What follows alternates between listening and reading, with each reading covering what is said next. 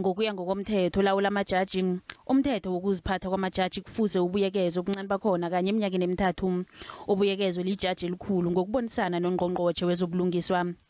Kanti nanyana ngikuphi kwenziwa ukukhibelela umthetho wokuziphatha kwamajaji kufuze kwendlalwe eParliament ndanzi bona kuphasiswe khona.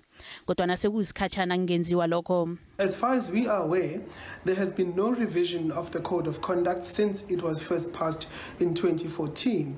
However, this does not mean that the Code of Conduct is invalid. Umthetho lo wasetshenziswa nalokho yanakuphenywa ilijaji elikhulu uMukhweng ngamazizwe akhe ngama-Israyeli.